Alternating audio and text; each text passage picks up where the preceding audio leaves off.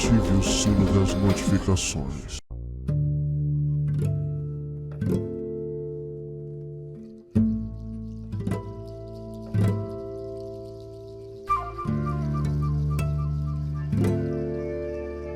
Imagine um homem rico, vestes de púrpura, banquetes diários, uma vida de conforto e opulência, onde o sofrimento alheio é apenas um ruído distante. Agora, visualize outro homem, um mendigo chamado Lázaro, coberto de feridas, ignorado, às portas do opulento. Ele morre e num revirar de destino é levado pelos anjos ao seio de Abraão. O rico, por sua vez, encontra-se no Hades, em tormentos, clamando por uma gota d'água. Essa narrativa, tão conhecida e frequentemente interpretada de maneira literal, é na realidade uma parábola, um conto moral, não um relato jornalístico do mundo espiritual. Hoje, vamos explorar a história do rico e Lázaro, sob uma perspectiva acadêmica, contextualizando seus paralelos literários e demonstrando porque o seio de Abraão não é um local real, mas uma construção simbólica. E repito, sim, você verá neste vídeo os paralelos literários desta parábola bíblica com literatura que você pode assim chamar de extrabíblica ou aqueles que irão falar literatura pagã. Olá, meus ilustres amigos e amigas, bem-vindos a mais um vídeo, mais uma super aula aqui no seu canal de estudos Verdades Ocultas da Bíblia. Vamos a esta aula magna sobre o seio de Abraão. Você sabia que o seio de Abraão tem paralelos em outras literaturas? Provavelmente você nunca ouviu falar disso, né? E olha, aqui no meu livro O Inferno Não Existe, eu analiso o seio de Abraão.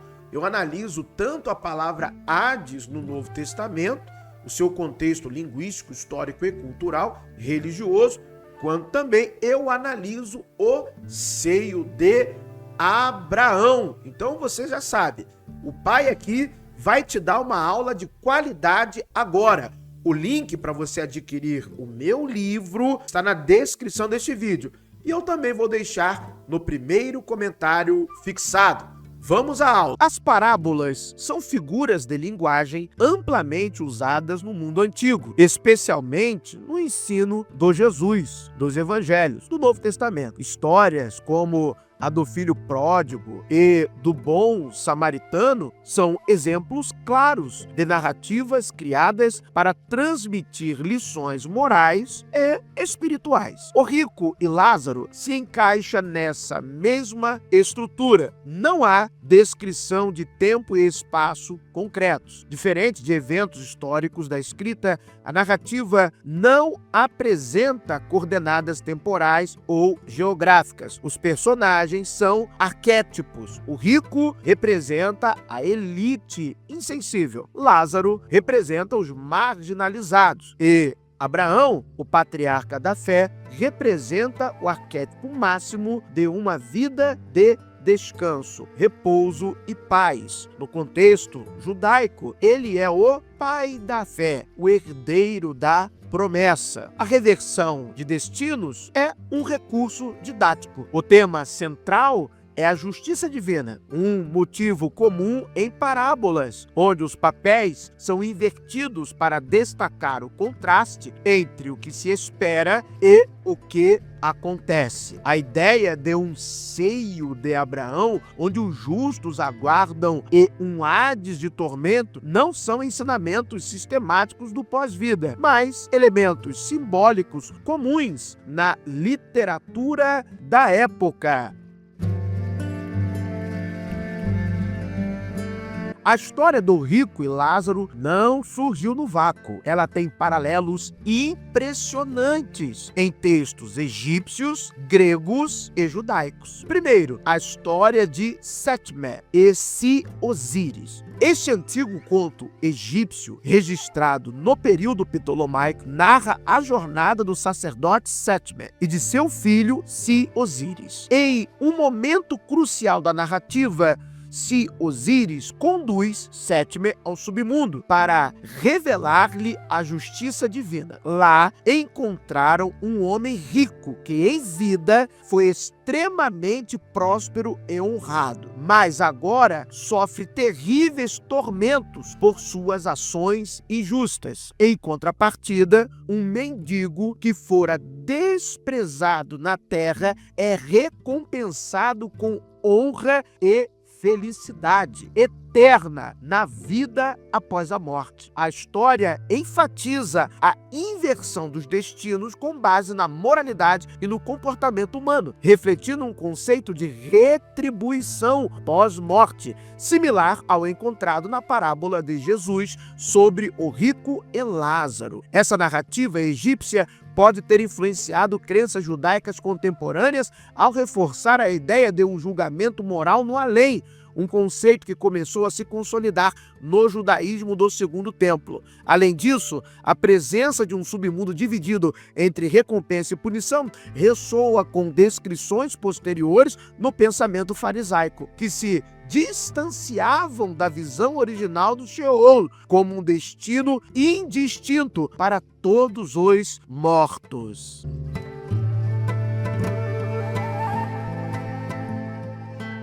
Na literatura judaica, temos o conto de Bar Mayan. Este conto rabínico descreve a história de Bar Mayan, um coletor de impostos, rico e corrupto, e um escriba pobre devoto à Torá. Após a morte, Bar Mayan é condenado a tormentos, enquanto o escriba pobre é recompensado no paraíso. A narrativa segue um padrão clássico da literatura judaica, onde o julgamento pós-morte reverte as condições da vida terrena, destacando a importância da justiça divina. Em um sonho revelador, um amigo do escriba vê o destino final de ambos e compreende que a verdadeira riqueza está na retidão e na obediência aos mandamentos. Na literatura greco-romana, encontramos o paralelo em um escrito de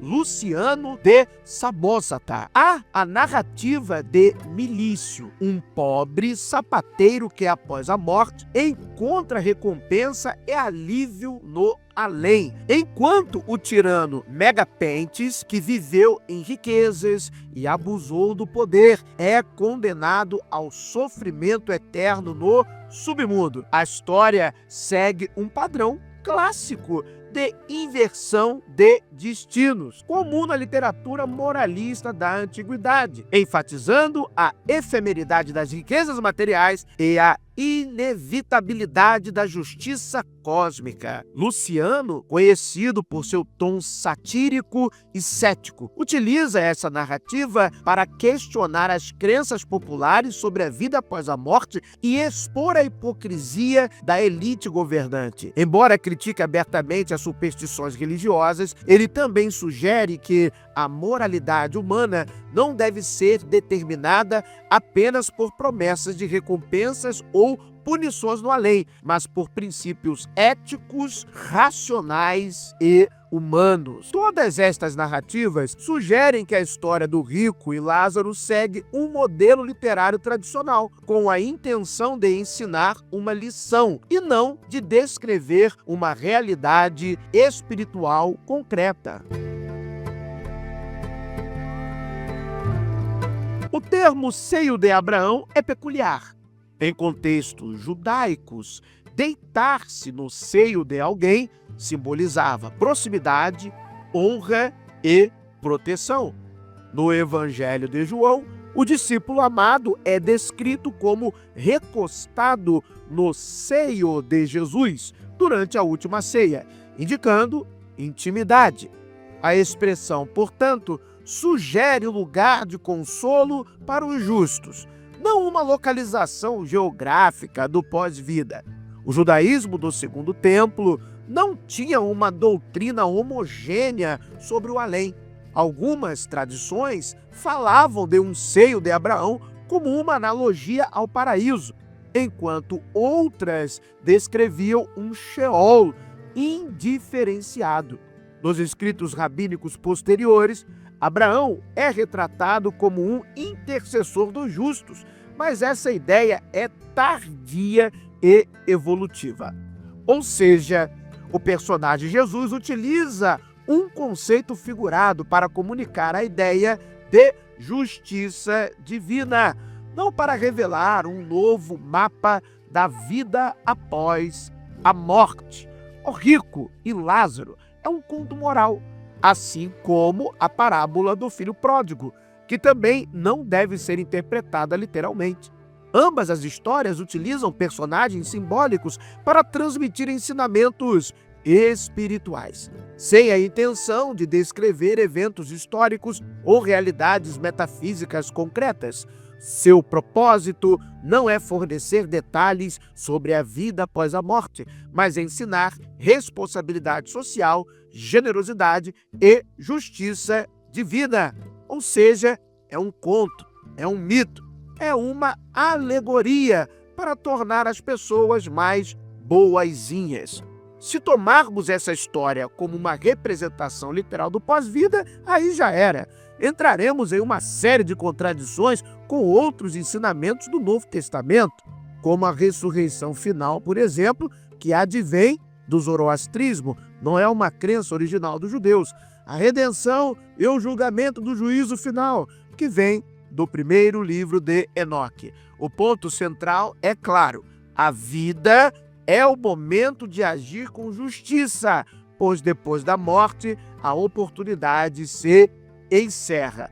A questão também era de tentar moralizar a elite, a tratar os marginalizados com mais compaixão. A grande mensagem dessa parábola não está em um seio de Abraão geograficamente real, mas na advertência sobre a falta de compaixão com os menos favorecidos. E você, como tem usado a sua vida? Você tem compaixão com os demais? Já parou para refletir sobre como suas escolhas impactam os outros e o legado que você está construindo? A parábola do rico e Lázaro nos convida a uma análise profunda que vai além do fundamentalismo religioso ou do ateísmo militante. Fala de uma mensagem de empatia com o próximo. Estamos vivendo apenas para nossos próprios interesses ou estamos cultivando uma vida de empatia e justiça? Talvez a verdadeira pergunta seja: como podemos garantir que nossa existência deixe marcas positivas no mundo? Muito obrigado, meus amigos, por terem assistido a mais esse vídeo no canal Verdades Ocultas da Bíblia. Olha aqui, ó, meu livro está aqui. Eu também faço uma análise sobre o seio de Abraão. Tá aparecendo invertido para você, né? Porque a câmera tá, vamos dizer assim, invertida, refletida. Mas, ó, adquira meu livro, tá lá na Amazon, tá na BookTube também. Está num preço especial, promocional, tá bom? R$ 65,00 apenas, que eu fiz para vocês. Eu prometi e entreguei. O pai aqui não mente para vocês, tá bom? Muito obrigado por terem assistido a mais esse vídeo, a mais essa aula no canal Verdades Ocultas da Bíblia. Que o verdadeiro Deus abençoe a todos. Meu amigo, minha amiga, ateu, ateia, agnóstico, agnóstica. Se você não crê, não acredita em um Deus, para mim está tudo certo. Desejo então do fundo do meu coração que a sorte e a fortuna lhe acompanhe. But if I lay down and I play dead and I stay dead, maybe you'll get sick of being the monster out of my head, under my bed, thinking something out of my nightmares, standing right there. But if I lay down and I play dead and I stay dead, then will you get bored of killing me? Silhouettes of you are like a never really know just what you want. With you I don't ever feel calm. I can feel the sweat